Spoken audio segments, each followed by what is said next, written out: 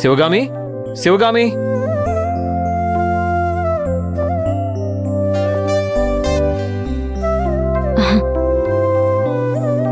ఏంటి మీరెక్కడికి బయలుదేరారు? New machineries మీద కాన్ఫరెన్స్ ఉంది. ఆ తర్వాత హైటెక్స్లో ఎక్స్పో కూడా ఉంది. అది అటెండ్ అవ్వడానికి వెళ్తున్నాను. న్యూ మిషనరీ మీద, అడ్వాన్స్డ్ మిషనరీ మీద కాన్ఫరెన్స్ అటెండ్ అయితే మనకు కూడా చాలా కొత్త ఇన్ఫర్మేషన్ దొరుకుతుంది కదా. మరి భవానీని హాస్పిటల్కి తీసుకెళ్దాం అనుకున్నాం కదా.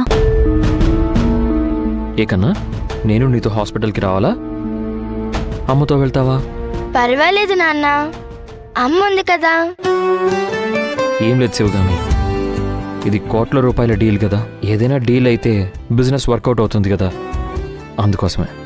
సరే వెళ్ళరండి. నువ్వు జాగ్రత్త కన్నా.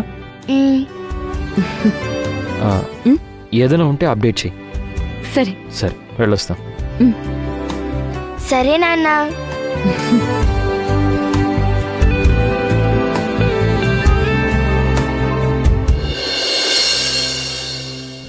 అయ్యా, ఆటోలో పోదామయ్యా. వద్దమ్మా, ఎంతెంత అడుగుతారో.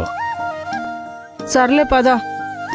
మనం తీసుకపోతున్న తిండి పిల్లకు నచ్చుద్దో లేదో. అంతకు ముందు తినేదిగా. అప్పుడంటే మనతో ఉంది, తింది. ఇప్పుడు శివగామితో ఉంటుంది కదా, తింటదో తినదో. అయ్యో, గట్లెందుకంటవయ్యా, నేను చేసింది ఇష్టంగా తింటది. సర్లే, నీ నమ్మకం నీది. మన బిడ్డకెప్పుడు మన మీద ప్రేమే. శివగామి గారి మీద ఎంత ప్రేమ ఉంటదో మన మీద కూడా గంతే ప్రేమ ఉంటది. నువ్వు చెప్పేది నిజమే. సరే, మనం ఒక 2 రోజులు ఉండిపోదామా? వద్దు, చూసుకొని ఎంటనే వెళ్ళిపోదాం. చూసి వెళ్ళిపోదామంటే ఎట్టా? 2 రోజులు ఉండిపోదాం. వద్దులే గౌరీ, కన్న తల్లి ఆమె మళ్ళీ ఇబ్బంది పడుతుందో ఏమో. భవాని మనల్ని అమ్మ అయ్యా అంటుంటే ఆ అమ్మకు బాధగా ఉంటది. మరి నీకు నా బాధ అర్థం కాదా? మనం అంటే అర్థం చేసుకోగలం, ఆమె అర్థం చేసుకోవాలి కదా. నా కూతుర్ని 6 ఏళ్లు పెంచాను, నాకు ఆ మాత్రం ప్రేమ ఉండదా? నా బిడ్డను పండుకోబెట్టాలని, తినబెట్టాలని అనిపించదా? సర్లే, నీ బాధ నాకు అర్థమైంది. నువ్వు మనసు గట్టి చేసుకోవాలి గౌరీ. నీ కన్న బిడ్డ మీద నీకు ప్రేమ ఉంది కదా. నా బిడ్డను వదిలి నేనెంత బాధపడ్డాను, ఎన్ని రోజులు నిద్ర లేకుండా గడిపాను నీకు తెలుసు కదా. నేనెంత బాధపడ్డాను ఆ భగవంతునికి తెలుసు. ఇగో, మనం వచ్చిన విషయం ఇది కాదు కదా. అవును, ఆ విషయం మర్చిపోయినా. తలుచుకుంటే గతమంతా గుర్తుకొచ్చింది. మనం చెప్పాల్సిన విషయం తెలిస్తే శివగామి గారు ఎలా అయిపోతారయ్యా? కానీ మనం ఏం చేస్తాం? చెప్పాలే, తప్పదు కదా. మనం ఆ విషయం చెప్పకపోతే తప్పు చేసిన వాళ్ళం అవుతాం, బాధపడతాం. ఇది బిడ్డకు సంబంధించిన విషయం కదా. అవును, సరే వెళ్దాం పద. పదయ్యా, పద. రండి, కూర్చోండి.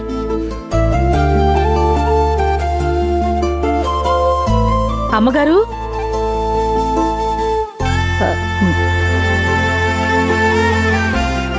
ఎంతసేపు అయింది వచ్చి? ఇప్పుడే వచ్చినామమ్మా. లక్ష్మి, వీళ్ళకి కాఫీ టీ ఏమైనా ఇచ్చావా? అయ్యో, గా ఏమొద్దమ్మా. సరే, ఎలా ఉన్నారు? ఊర్లో ఏమైనా జాతరుందా?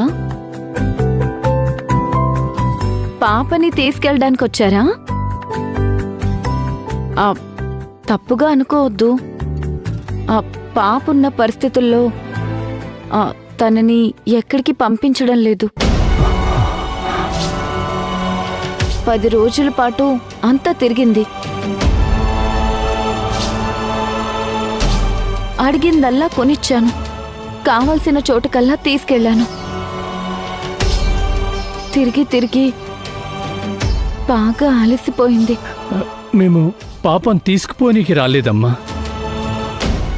మీతో ఒక విషయం చెప్పనీకొచ్చినాం. ఏంటి?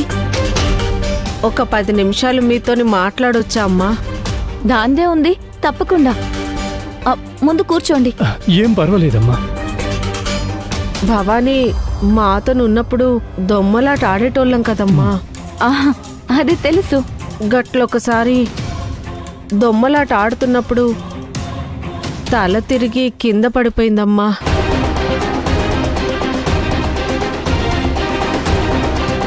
గట్లనే అప్పుడు హాస్పిటల్కి తోలుకపోయినామమ్మా. గప్పుడు తలలో గడ్డున్నదని ఆపరేషన్ చెయ్యాలని డాక్టర్లు చెప్పినాక ఏం చెయ్యాలో తోచలేదమ్మా. దీని కిడ్నీలు అమ్మి పాపకి ఆపరేషన్ చేయించను. అంతా బాగుందని అనుకున్నాం. హాస్పిటల్ నుంచి ఇంటికి తేలుకపోయే టైంకి ఇంకా ఇట్లాంటి సమస్య వేరే ఏమైనా ఉన్నదా అని డాక్టర్ అడిగిండు. అప్పుడు చెప్పిందమ్మా, బిడ్డకు అప్పుడప్పుడు గుండెల్లో నొప్పి వస్తుందని.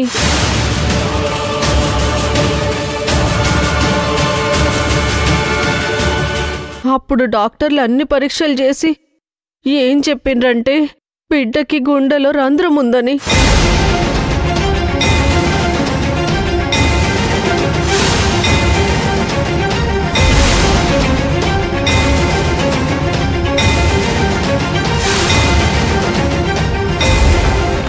ఏంటి? బిడ్డకి గుండెలో రంధ్రం ఉందట. ఏం చెప్తున్నారు మీరు? అవునమ్మా, బిడ్డ పుట్టినప్పటి నుంచే ఆ రంధ్రం ఉందని చెప్పిండ్రు. మరి ఈ విషయం ఇన్ని రోజులు ఎందుకు చెప్పలేదు? ఇన్నిసార్లు వచ్చారు, ఇన్నిసార్లు కలిశారు. ఆ విషయం చెప్పాలని ఎందుకు అనిపించలేదు? ఆ డాక్టర్ ఎవరు? ఆ రిపోర్ట్స్ అన్నీ ఉన్నాయా? అవి ఊళ్ళో ఉన్నాయమ్మా. బిడ్డకి ఇప్పుడు ఏ సమస్య లేదన్నారమ్మా. పెరిగే కొద్దీ సమస్య అవుతుంది, ఈ వయసులో అయితే ఏం కాదు అని చెప్పిండ్రు. అందుకే మేము ఇప్పటి వరకు మీకు చెప్పలేదమ్మా. అందుకే ఆ మాట ఏదో మీ సెవినేసి పోదామని వచ్చామమ్మా. ఎప్పుడైనా జాగ్రత్త పడతారని చెప్పినామమ్మా. కానీ ఇలాంటి విషయం చెప్పకుండా ఎలా ఉన్నారు అసలు? తెలిస్తే ఈ పాటికి నేను ఆపరేషన్ చేయించేదాన్ని కదా. అప్పుడు మేము చేయించాలని చూసినామమ్మా, కానీ చాలా ఖర్చు అవుతుంది అన్నారు. మా వల్ల కాకపోయింది. మేము కాయ కష్టం చేసుకునేటోళ్ళమమ్మా. దినదినం పైసలు సంపాదించుకునేటోళ్ళం. పైసలు సాలకుండేనమ్మా. అందుకే సహించలేకపోయినామమ్మా.